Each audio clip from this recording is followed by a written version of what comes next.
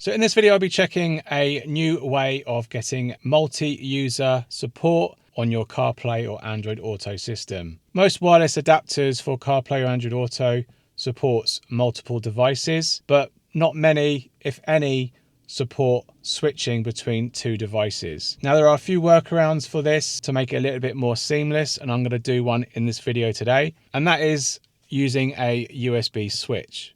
Now, this is a simple switch which operates over a single one button press, which basically wireless adapters should be using, such as the Ottocast with its little button. Same thing really, but unfortunately that is just a disconnect button. It's not a switch button. If you're sharing a vehicle with a partner or someone that is always borrowing your car, then there's a chance that you've obviously got two separate phones. And if you jump in the car, it's a coin toss between which device it actually connects to. Now, some wireless adapters do connect to the last known device it last used. But if you're that person that jumps in and you haven't used it since, then the adapter is likely going to wait around for that connection. Or if you both jump in the car, then it's going to connect to the wrong device. Now, a brilliant way to override this and make it much more universal is using a USB switch. Now, this is a USB switch with a single input connection and two output connections. It's also bidirectional, so it can actually communicate back and forth between both sets of these ports. So in theory, connecting the CarPlay port or Android Auto port to that section and connecting two separate wireless adapters and then having the ability to physically switch between those adapters seems to be the best way forward until they get around to actually giving multi-user support in the car. Now, depending on the adapter that you actually choose, that could be an issue.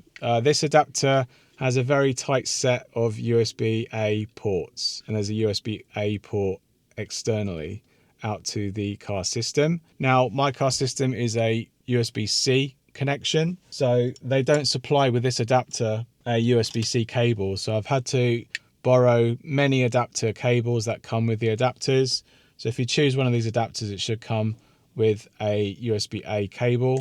That basically plugs into the adapter like that. That goes into my CarPlay port in the car, and that has basically expanded two inputs that we can now connect some wireless adapters to. Now, I've got a variety of adapters, and there's an issue with this particular switch is that the connections are very close together. Ideally, if they were 90 degrees and they were stacked on top of each other, that would have been a better way of doing it. But unfortunately, not the case. So we've had to narrow down the amount of adapters that actually work with that port layout. And what I found is that CarLinkit's Mini SE adapters, this is the Pro model, that fits in there. And then we've got the CarLinkit Mini SE. So we've got the Pro and the SE, which is a CarPlay adapter. This is a Pro Android Auto and CarPlay adapter. But the form factors are exactly the same, and they sit in there perfectly in there without any problems, with even a gap to spare. Now, some adapters are a bit too wide, and the thing you're looking for is this little gap between the silver part of the USB socket. If that's really narrow, then it's going to work. You can see this one is really quite wide. So this is the Ottocast Mini, and that does get in there, but it's really tight. So the one thing that's really good is the recently released CarLinkit Ultra. That has got loads of room to spare. That would be the ultimate. If you put two Ultras in there, that would be pretty cool. But what I'll be doing today initially is the Play iBox and the CarLinkit Ultra, because the Play iBox has got the fastest boot up time, and the CarLinkit not only just fits next to it, so that's the main thing, it's also nice and discreet and small. Now, if you've got a dongle based adapter, then that's no problem. That's going to fit in there, no problem. But I think the memory stick way, it just keeps it nice and secure and discreet. You can stow away it and it's not lots of cables sticking out like an octopus. Additionally, you could buy a elbow joint and put that into one of them, and then you could just have any adapter that's super chunky, and then that would just fit in like that. But that just looks a little bit silly, doesn't it? So we won't be doing that.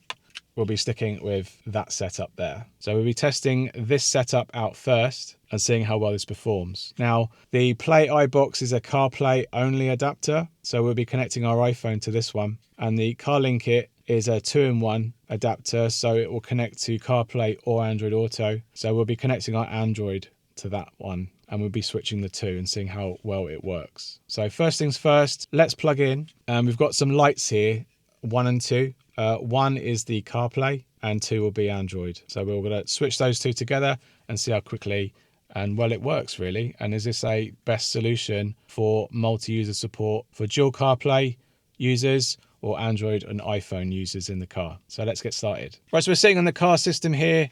It's ready for the switch to get connected. We're going to plug this into our USB port, and first things first, the cable is not working. So let's find a suitable alternative. So I've got quite a few cables here. That one didn't work. This is like, I don't know where it came from, but this is a USB-A to USB-C cable. I've always used this. It's always worked for me. Fingers crossed it works in this situation. No. Got a couple more.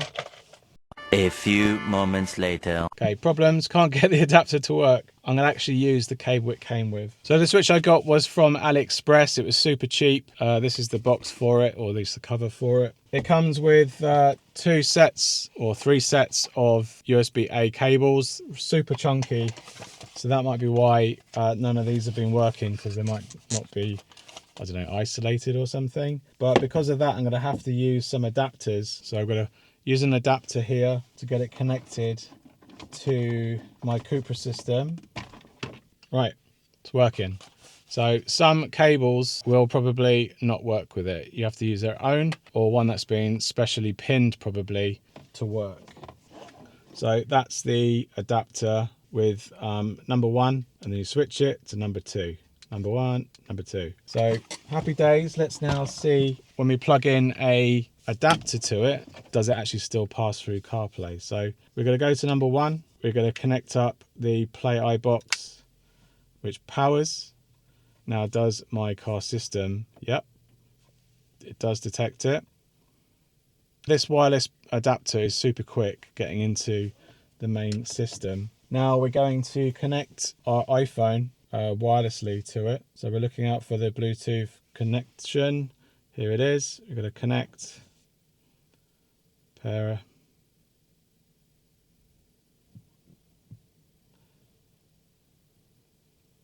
And get us into, hopefully, yep, wireless CarPlay. So that's now running CarPlay. It's a 60 Hertz adapter. You can check out my review up here for it. And yeah, it's all good. It sounds good and everything. Nice and quick.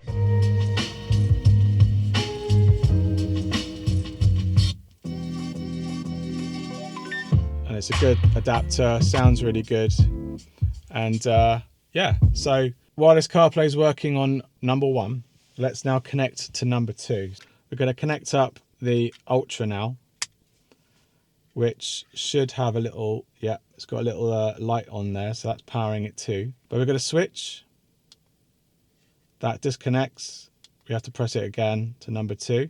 So I've got an iPhone 6s here, nice and cracked. We're going to get this connected so we can actually have 2 iPhones connected to the same switch. So we're going to go into the Bluetooth settings. Here's the CarLink It profile, and we're going to pair it. That should now boot up the Ultra into CarPlay mode, and we should see 2 screens. So that's the Ultra CarPlay. We've got to use it for CarPlay.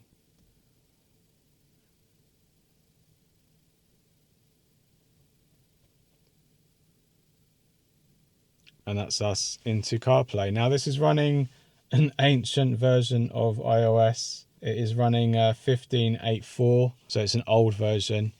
But obviously expect some performance changes, as we've seen here, because it's an old phone. The real test will be when we have our iPhone and Android connected. The promise here is switching between the two. So we've got this background on the iPhone 6s, and we're going to switch now to the other option. So say you've connected to your wife's phone accidentally, you want to now switch to your phone, and that's on this adapter here. We've already paired it. We're on number 2. We've got to switch to 1.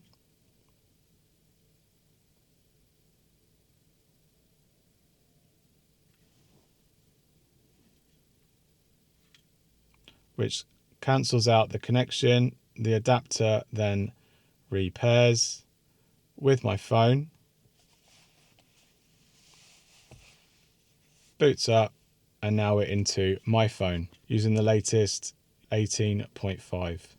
So that obviously all works. And then switching back, we double tap, which is going to boot up the Ultra.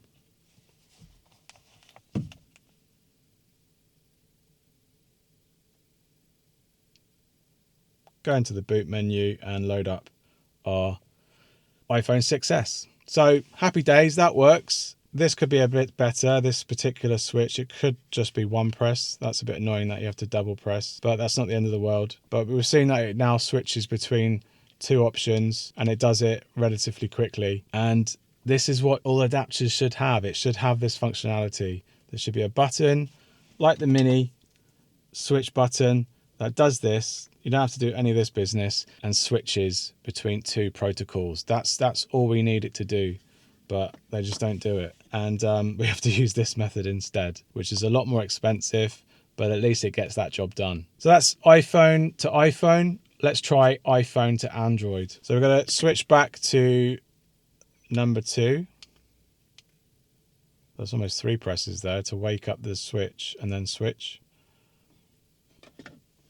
So now we should be sitting on the Bluetooth menu. You can see here we've got the vehicle connect, so we've got to connect to that adapter, which is going to boot the Ultra into Android Auto protocol mode. And now we're still on my phone because it disconnected. So we're going to switch back to that adapter, which should now boot into Android Auto mode. And we'll go into settings. It has connected to the Bluetooth. It's found it in the end. And now we're into Android Auto. Right, so that's us into Android Auto. Obviously, the Ultra is a nice Android Auto device. Sounds good. There is a bit of a heat issue though with this adapter, but considering its form factor, I'm not surprised. So we're into playing back music. It's nice and quick. Sounds good. Now let's switch back to our iPhone. So let's double tap this, or at least one tap to switch. Oh, probably need to tap this, don't we?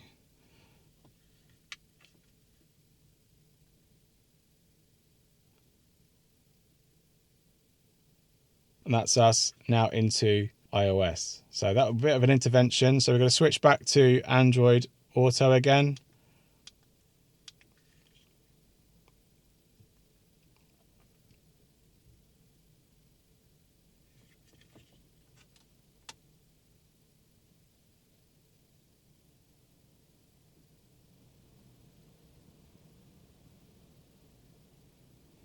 That's us into Android Auto. Music's resumed. Switch back to iOS. A few moments later.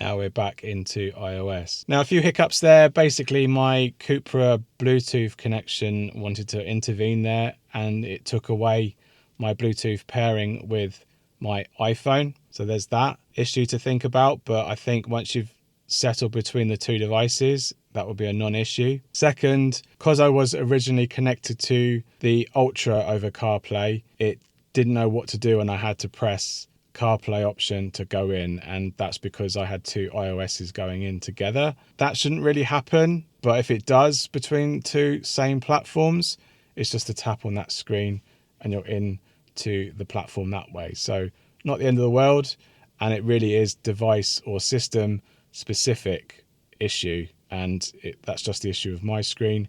Your experience might vary and be a little bit better if your system adopts that process a little bit more smoothly. So let's just do that one more time just to make sure. now that all the kinks have ironed out, we'll switch to number 2, which is the Ultra, and that's our Android device.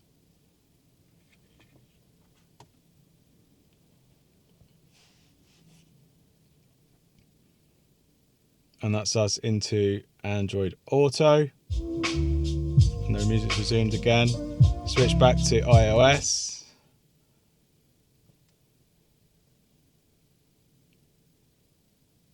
It's a bit more quicker now.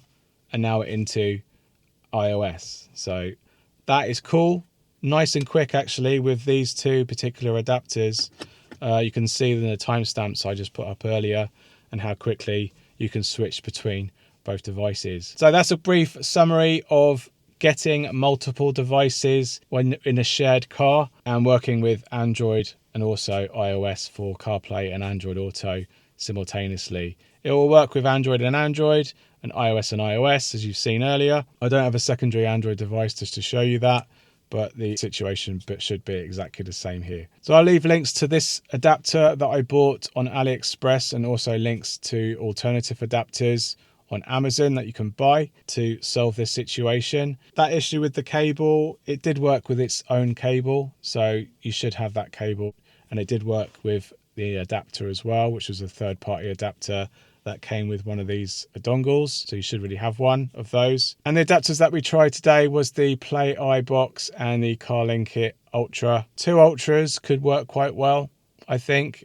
definitely with this USB port setup. 2 SE Pros would work too between Android and iOS. Unless you want to go with just iOS, then the non-Pro would just work fine anyway.